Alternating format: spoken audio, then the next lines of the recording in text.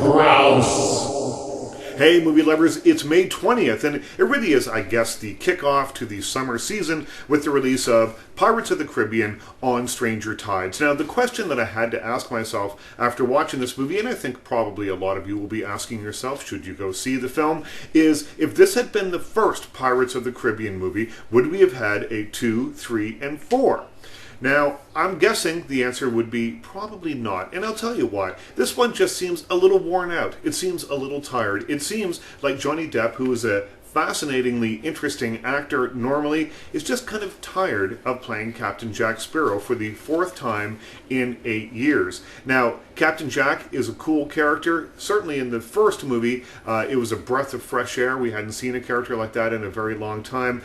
Second and third movies, now we're into the 4th one, and frankly, it just seems like we've reached the limit of the charm of Captain Jack Sparrow. The rest of the movie, I guess, is as interesting as a big Hollywood tentpole action movie directed by a guy who usually directs musicals. This is Rob Marshall, who directed 9 and also directed Chicago a few years ago. This movie is about as exciting and action-packed as you would expect a movie made by the guy that makes movies like 9 and Chicago. The action sequences, as you can imagine, are well choreographed. There's just no real flair to them. So, all in all, Pirates of the Caribbean on Stranger Tides kind of fell flat for me. Sorry, Johnny. Last night, also opening, and this is a movie that's been around for a little while, played the film festival in Toronto a little while ago. Now it's finally getting a wide release. It stars Keira Knightley and Sam Worthington as a character, or as a couple, who talk about their problems a great deal.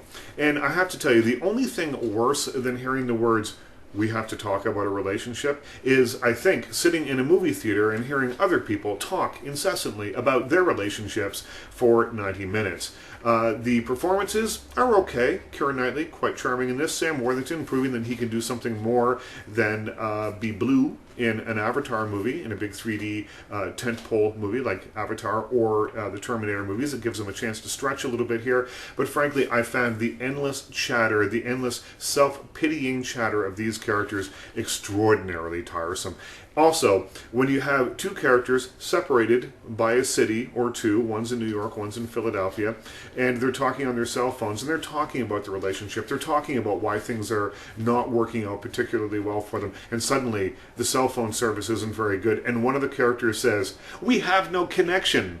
Supposed to have a double meaning, but frankly, that double meaning just seemed a little bit cheeseball to me.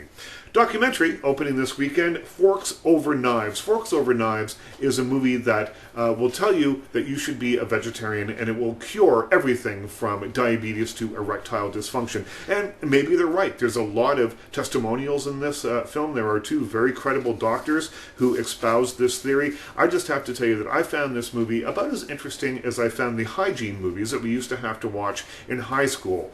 It's a little dull, it's a little long, but I'll tell you, I think the message is really good. If we watch what we eat, we'll be healthier and less obese people. The final movie opening this weekend is The First Grader. And The First Grader, again, is a movie that played at the Toronto International Film Festival a little while ago. It stars Naomi Harris, who we know from the middle 2 Pirates of the Caribbean movies and lots of other things, 28 Days Later among them. And she plays a teacher in Kenya who takes on an 80-year-old student who desperately wants to get an education once the Kenyan government opens up education and says there's a free education for all. Well, he wants his education, just looks like the townspeople and the government don't want to give it to him. This is a really inspiring story that veers off occasionally into melodrama, but it's worth a look. It's Naomi Harris delivering a really good performance. She's an actress that I kind of forget about sometimes, but I found her quite interesting in this film. So 4 films of varying quality this week, but check out Forks Over Knives and maybe you'll pick up some tofu rather than that big roast beef for the big family dinner this weekend. Crouse.